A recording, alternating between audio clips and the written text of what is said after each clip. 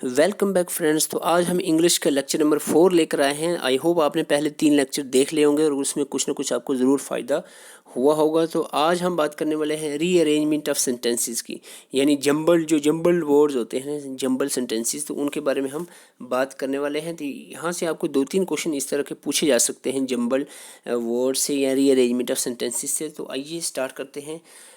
यहाँ पर मैं बहुत एक दिन पूरा लगा रहा, मैं कि ट्रिक ढूंढ रहा था, कोई शॉर्ट ट्रिक मिल जाए आपको इसको सॉल्व करने की, लेकिन आई एम एक्सट्रीमली सॉरी क्योंकि शॉर्ट ट्रिक नहीं मिल पाई मुझे।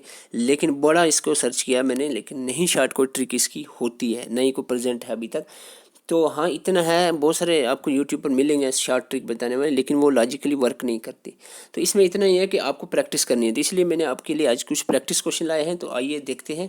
पहले सबसे आपको मैं बता दूं क्वेश्चन में करना क्या होता है। क्वेश्चन में आपको 4 ऑप्शंस दिए, PQRS। तो आपको पूरा जो एक पैराग्राफ सेंटेंस बनाना है वो यानी ये सेंटेंस दिए हुए हैं, इसको आपने अरेंज करना है, पूरा मीनिंगफुल वे में अरेंज करना है। जैसे आपको सबसे पहले यही करना पड़ेगा कि आपको फर्स्ट सेंटेंस स्टार्टिंग ढूंढनी पड़ेगी सेंटेंस की। तो आपको देखो, इंटर द शॉप, ये कोई स्टार्टिंग लग नहीं रही। Enter the shop, the visible invisible man, देखो द इनविजिबल मैन जो है, ये भी ऑफ, ये तो हो नहीं सकती, क्यों इसका स्टार्ट हो नहीं सकता, ऑफ अ थिएटिकल कंपनी, ये तो स्टार्ट है नहीं। ठीक है, आपको स्टार्टिंग ढूंढनी है। द इनविजिबल मैन, तो ये स्टार्टिंग हो, द जो है जनरली द यूज़ होता है स्टार्टिंग में। तो द इनविजिबल मैन आपको लग रहा है, the invisible man enter the shop, देखो ये इसके बाद लॉजिक लग रहा है कि the invisible man enter the shop. इसके बाद क्या आता है, शॉप फॉर क्लास, तो फिर ये कहाँ लगेगा, class of a theatrical company नहीं, shop of a theatrical company for class. तो ये आई थिंक इसका करेक्ट आंसर बनता है। तो आगे मैं आपको प्रैक्टिस करा के आपको समझाने की कोशिश करूँगा। देखो सबसे पहले यहाँ पर आएगा आंसर में आपका आर पहले आ सकता है, फिर उसके बाद पी। देखो दो अगर आपने निकाल लिए सही, ठीक है, पहले ये काम करना है आपको। ट्रिक मैं बता रहा हूँ, ट्रिक यही है कि पहला आपने निकालना है, ठीक है। अगर आपको पहला सपोज आर निकल गया, तो यहाँ पर ऑप्शन में पी है, क्यू है, एस है, तो यहाँ पर आपका आंसर सीधा सीधा ये आर होना चाहिए, यस। तो यहाँ आंसर डायरेक्ट मिल गया, आपको सॉल्व करने की ज़रूरत नहीं है, सिर्फ आप एक और चेक कर लोगे कि पी दूसरा आता है कि नहीं, ठीक है। हो गया, ये होगी पहली ट्रिक, आप एलिमिनेशन मेथड लगाओगे। ठीक है, दूसरी ट्रिक क्या है कि पहले दो निकाल लो, फिर दो में ढूंढो कि पहले दो पी और आर और पी किस में है। तो यहाँ पर आर और पी इसमें ही है फिलहाल, इसमें और किसी में आर और पी से है नहीं। तो इस तरह से आपने एलिमिनेशन का यूज़ करना है। एक और प्रैक्टिस कर लेते हैं। Choose the proper sequence, choose the proper sequence. तो यहाँ पर एक और क्वेश्चन है, क्या करना है, वही सबसे पहले आपको पहला फर्स्ट स्टार्टिंग ढूंढना है। फर्स्ट स्टार्टिंग लाइन कौन सी होगी, देखो बाय द डिस्ट्रिक्ट अथॉरिटी, ये स्टार्टिंग लाइन हो नहीं सकती, ठीक है। ठीक है, अब आगे देखते हैं। To encourage the development of, ये भी स्टार्टिंग लाइन नहीं हो सकती, इसका मतलब क्यू या आर में से स्टार्टिंग लाइन है। एन एग्जीबिशन, तो ये भी स्टार्टिंग लाइन हो सकती है कि नहीं, हो सकती है। Cottage industry in the village, cottage industry in the village, अगर हम लगाएं स्टार्टिंग लाइन, तो cottage industry in the village an exhibition was organised, या फिर village by the district authority, ये भी नहीं हो सकता। तो सिंपली आप समझ सकते हो कि इसका बात किस बारे में चल रही, कोई एग्जीबिशन के बारे में, तो यही एक स्टार्टिंग लाइन होगी। तो आर जो है स्टार्टिंग लाइन है, ठीक है। आपको पहले लाइन मिल गई कि an exhibition was organised by, देखो ऑर्गेनाइज्ड बाई होगा, डेफिनेटली आप समझ सकते हो ऑर्गेनाइज्ड बाई होगा, तो ये इसके बाद एस आएगा। अभी आपके पास दो ऑप्शन होगी, क्या, आर और एस, ठीक है। अब इसमें पहले देख लो, आर और एस यहाँ नहीं है, इसमें है, इसको रहने दो, इसमें आर एस नहीं, आर एस, तो इसका आंसर पहले ही आपको मिल गया बिना कुछ आगे मेहनत किए हुए, ठीक है। अब आपको चेक भी कर सकते हो क्या पी तीसरे नंबर पे लगता है, by the district authorities to encourage the development of cottage industry in the village, देखो पूरा सेंटेंस बन रहा है, ठीक है। तो ये है इसका राइट आंसर रहेगा सी, ठीक है। तो इस तरह से आपने एलिमिनेशन का भी यूज़ करना है। पहले फर्स्ट आपने ढूंढना है, एक बार फिर से कर लेते हैं। Choose the proper sequence, proper sequence ढूंढो, ये एक सिंपल आपको दिया हुआ है। But he was in foolish person fact a, ठीक है। देखो foolish person was in, but he fact a, fact a तो हो नहीं सकता, ठीक है। पहला पहला फर्स्ट नहीं, फुलिश पर्सन अगर फर्स्ट है तो इसके बाद क्या लगाएं, फर्स्ट अगर ये है तो फुलिश पर्सन नहीं आ सकता। देखो यहाँ इन है ना, तो इन के बाद फैक्ट होगा तो इनफैक्ट, ठीक है, तो इसका मतलब क्यू के बाद एस होगा, लेकिन फर्स्ट ना ही क्या हुआ ना एस है, तो फुलिश पर्सन बट ही, तो अगर हम बट ही को लगाते हैं, but he was in fact a foolish person, तो ऐसे सेंटेंस बन रहा है, ठीक है। बट ही वाज देखो, but he was in fact a foolish person, तो P Q S R I think बन रहा है, तो P Q S R option में है, पी क्यू एस आर, तो yes it is the right answer, P Q S R. थोड़ा सा दिमाग लगाना है आपको, ठीक है। अब एक दो निकाल कर आप एलिमिनेशन भी लगा सकते हो। सपोज आपका यहाँ पर पी क्यू आंसर में आ रहा था, पी क्यू, तो यहाँ पर पी क्यू किसी और ऑप्शन में नहीं है, हालांकि आपको एक ही मिल जाता है फर्स्ट लाइन, तो यहाँ पर पी के अलावा और कोई है ही नहीं ऑप्शन में। तो इस तरह एलिमिनेशन में चेक कर लिया, सपोज आपको लग गया कि यही हो सकता है, लेकिन फिर भी थोड़ा शॉर्टली चेक कर लेना है मैच करा के। पी के बाद आपने लगाना है क्यू, क्यू के बाद एस, एस के बाद आर, तो इस तरह से चेक करना है पढ़ के एक बार।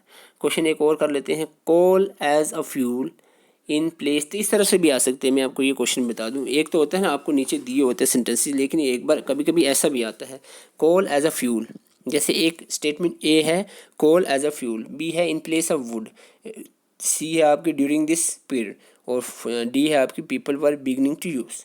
तो इसका क्या हो सकता है, coal as a fuel in place of wood नहीं हो सकता, ड्यूरिंग दिस पीरियड तो हो नहीं सकती first line, people were beginning to use तो ये हो सकता है। सपोज मैं इसको मानता हूँ first line, people were beginning to use coal as a fuel, तो ये डी के बाद मुझे लग रहा है ए हो सकता है, तो यहाँ डी और ए कोई ऑप्शन में नहीं है, तो यहाँ नहीं है, ठीक है। डी के बाद सी, डी है इसमें, डी के बाद सी देख लेते हैं, सी क्या है, people were beginning to use during this period coal as a fuel, तो क्या ये हो सकता है, नहीं, तो ये सेंटेंस आपका डी नहीं बनता। अगर सी को लगाते हैं, during this period people beginning to use coal as a fuel in place of wood, देखो coal as a fuel in place of wood ये तो है ही है, यानी ए के बाद बी होगा ही होगा, coal as a fuel in place of wood, देखो कोल का इस्तेमाल करना शुरू कर दिया लोगों ने वुड की जगह, तो इसका मतलब है ए के बाद बी होगा, तो ऐसे भी आप ढूंढ सकते हो, ए के बाद बी इन दोनों में है, ये दोनों ऑप्शंस कट हो जाते हैं, ठीक है, ऐसे समझे आप। अब आपने पिछला देखना है, इसमें सी और डी है, क्या पहला सी लेते हैं हम, during this period people were beginning to use coal as a fuel in place of wood, तो ये बिल्कुल जच रहा है, ठीक है। ये डी से अगर हम लेते हैं, people were beginning to during this period, ये जचता नहीं है, डी के बाद सी आ ही नहीं सकता, तो इसका आंसर सीधा सीधा क्या हो गया, इसका आंसर हो गया जनाब सी। ओके, प्रैक्टिस प्रैक्टिस प्रैक्टिस इसमें करनी है, मैं कह रहा हूँ मैंने बहुत ढूंढा इसकी ट्रिक्स, लेकिन कोई ट्रिक काम की नहीं है इसमें, यही है आप 20-30 क्वेश्चन प्रैक्टिस करोगे तो आपको सॉल्व हो जाएंगे खुद ब खुद। चूज़ द प्रॉपर सीक्वेंस, आपको प्रॉपर सीक्वेंस इस तरह से भी आपको दिया जा सकता है, एक सेंटेंस आपको दिया हो जैसे कि ये है, it is easy to excuse, अब आगे इसके जोड़ना है आपको sentence, it is easy to excuse but it is easy to excuse but it is hard to tolerate even unavoidable faults in a boy of 14 the mischief of early childhood, तो ये अगर हम लगाएं in it is easy to excuse the mischief है गलती, यानी ये तो बहुत आसान है कि गलती माफ़ करना किसकी, इन अर्ली चाइल्डहुड बचपन की, early childhood to tolerate even unavoidable faults in the boy of 14 to tolerate the even unavoidable faults, तो मुझे आर इसका पहला ऑप्शन लगता है, तो आर यहाँ पर भी नहीं है, यहाँ पर भी नहीं है, तो यहाँ पर ए है, ए में है आर, और दूसरा किस में है, डी में है। पहले ए को देख लेते हैं, आर के बाद P, the mischief of early childhood but it is easy to excuse the mischief of early childhood but it is hard in a boy, hard in a boy तो हो नहीं सकता, हार्ड के बाद तो टू आएगा, it is hard to tolerate, तो ये गया, तो इसको देखते हैं। यस, ये एस पहले है फिर क्या हो। आपको ये सीक्वेंस चेक करनी है। देखो ये सॉरी ये आपको चेक करनी है कौन सी, ये पेन नहीं चल रहा है, क्या हो गया इसको, ये ओके। डी डी और पहले आप लोगों ये सेंटेंस आपने जोड़ना है साथ में, ठीक है। It is easy to excuse के बाद आएगा, it is easy to excuse the mischief of early childhood, बाद में पी लगाना है childhood, but it is hard to, hard के बाद टू तो आएगा, हार्ड टू टॉलरेट। देखो अगर आपको हार्ड के बाद टू पता है, हार्ड के बाद it is, but it is hard to tolerate, उसका मतलब पी के बाद एस। ये आपको एक ट्रिक मिल गई है, ठीक है। पी के बाद एस, कौन से ऑप्शन में पी के बाद एस है? यहाँ पी के बाद क्यू है, यहाँ पी के बाद कुछ भी नहीं है, यहाँ पी के बाद एस है, यहाँ पी के बाद एस है। तो ये दो ऑप्शन आपको यहाँ पर स्किप हो जाते हैं, ठीक है। पी के बाद एस यहाँ पर दो ऑप्शन में आता है, इसमें और इसमें। इसके बाद लास्ट पे क्यू है, एस के बाद क्यू, तो एस के बाद क्यू आ सकता है। Faults in a 14, in a boy of 14, तो डेफिनेटली आंसर इसका डी बनता है, ठीक है। एक और क्वेश्चन देखते हैं। चूज द प्रॉपर सीक्वेंस, एक प्रॉपर सीक्वेंस चूज करनी है। जैसे एक सेंटेंस दिया, एजुकेशन इज, पहले आपको बताया education is, education is of the proper, ये हो ही सकता है पहला sentence. Education is the first need, ये हो सकता है। Education is in a citizen, ये भी हो सकता है। Education is for the development, ये भी हो सकता है। तो पहला तो आपको बताना है कि पी, पहला पी नहीं है, तो पी वाला कोई ऑप्शन आया तो काट दो, ठीक है। ऐसे भी अब एलिमिनेशन का ये वाला ऑप्शन आपका नहीं आएगा, डी तो होगा नहीं आंसर। तो इसमें द फर्स्ट नीड, अब अगर हम कहें education is the first need, अगर ये हम लगाएं क्यू साथ में तो ठीक है।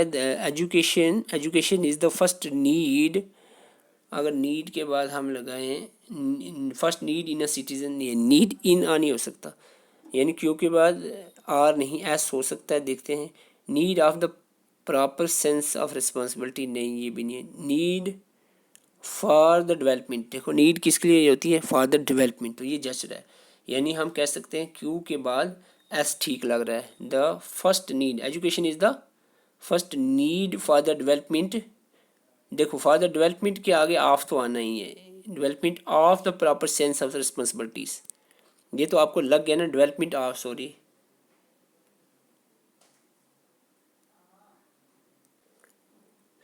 ठीक है। ये तो आपको पता चल गया कि आपका डेवलपमेंट के बाद ऑफ आना है, तो इसका मतलब है एस के बाद पी आना है। तो एस के बाद पी, एस के बाद पी आना है, तो एस के बाद पी इसमें नहीं है, एस के बाद पी इसमें नहीं है, एस के बाद पी इसमें है, ठीक है। तो यहाँ पर आंसर आपका साफ हो गया है, ये ऊपर नहीं हो रहा है, यहाँ पर डी ऑप्शन नहीं आ रहा है साहब, ये आपको मैं बता देता हूँ। डी ऑप्शन आप देख लें, डी में क्या है, पी, पी पहला हो ही नहीं सकता क्योंकि education is of the proper होता नहीं, उसका मतलब सी आंसर इसका सीधा सीधा बन जाता है, ठीक है। अगर आपको फर्स्ट सेंटेंस नहीं मिल रहा है, देखो क्या करना है, फर्स्ट सेंटेंस आपको नहीं मिल रहा है तो आपको कुछ इस तरह का सेंटेंस लगाना है, ढूंढना है कि जिसके बाद दूसरा आता है। सपोज आपको ये ऑफ है, ऑफ है, कहीं बट हो या कुछ इस तरह का वर्ड हो, आपको पता है किसके साथ लगा। जैसे इन था एक सेंटेंस के लास्ट में, दूसरे में फैक्ट था, तो आपको पता है इनफैक्ट, इन जो है इसके बाद फैक्ट आएगा इनफैक्ट। तो यहाँ ऐसे ही ऑफ किसके बाद आ सकता है, the first need of proper sense, तो ये क्वेश्चन जस्ता नहीं है। In a citizen of proper sense नहीं, for the development of the proper sense of responsibilities, ठीक है। ये आपको जैसे रहा डेवलपमेंट ऑफ, तो इस तरह के आपने लगाना है। इसका मतलब क्या हुआ, इसका मतलब हुआ पी के बाद एस आएगा, ठीक है। पी के बाद एस, वैसे मैं ट्रिक के हिसाब से बता रहा हूँ, वैसे तो आप ढूंढ लोगे। पी के बाद आर है, यहाँ पी के बाद कुछ भी नहीं है, पी के बाद एस है यहाँ पर, और सॉरी क्या था, एस के बाद पी, तो एस के बाद पी जो है यहाँ पर है, तो आंसर इसका ये बन सकता है, ठीक है। अगर एक और क्वेश्चन देखते हैं, choose the proper sequence, proper sequence बतानी है ह्यूमन, इस तरह का ये जो क्वेश्चन है बिल्कुल एग्जैक्ट ये क्वेश्चन एग्जाम से उठाया हुआ है, तो इस तरह के क्वेश्चन पूछे जाते हैं। Choose the proper sequence, P Q R S आपने बताना है कि सीक्वेंस प्रॉपर क्या रहेगी। Human life is a tale of error and follies, ठीक है। ह्यूमन लाइफ हो सकता है पहला सेंटेंस, पहली लाइन ये हो सकती है, human life was a tale of error and follies, we are commit errors and mistakes out of ignorance and inexperience, we all commit errors and mistakes out of ignorance, ये भी हो सकती है पहले। नो बॉडी इज़ इनफेलिबल, ये पहली line नहीं हो सकती। और इन देखो आर और एस पहली लाइन नहीं हो सकती, आपको ट्रिक में लगा तो आर पहली लाइन नहीं हो सकती, एस भी नहीं हो सकती। चलो आर एक ऑप्शन आपका निकल गया। तो दूसरा बात कर सकते हैं, यहाँ बाकी बचता है तीनों में पी है, उसका मतलब पी पहली लाइन है। आपको पहली लाइन पता चल गई पी है, क्योंकि तीनों ऑप्शन पी है।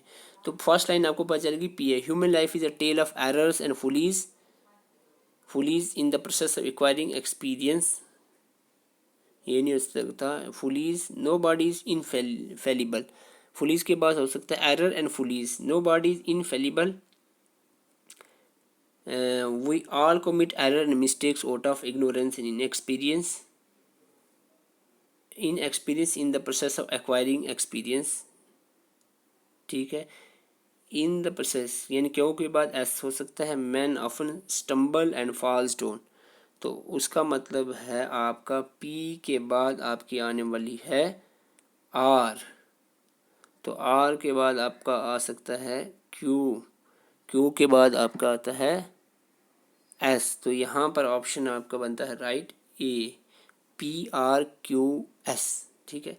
पी के बाद आर के बाद क्यू, क्यू के बाद फिर आता है आपका लास्ट में एस, ठीक है। तो ये आप एक बार इसको रीड आउट सीक्वेंस में करके देख सकते हो। So this is something about the rearrangement of sentences. तो इसमें आप गूगल पे सर्च करके और प्रैक्टिस कर सकते हैं। तो मेरी जितनी कोशिश थी तो मैंने आप अपनी तरफ से ट्राई किया।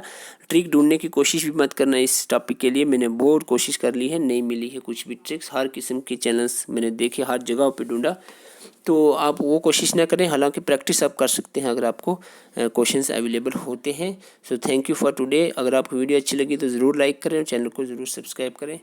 और बाकी के जो 3 इसके हमने टेस्ट अपनी लेक्चर्स अपलोड किए हैं वो इसके डिस्क्रिप्शन में लिंक होगा, वो आप जाकर देख सकते हैं।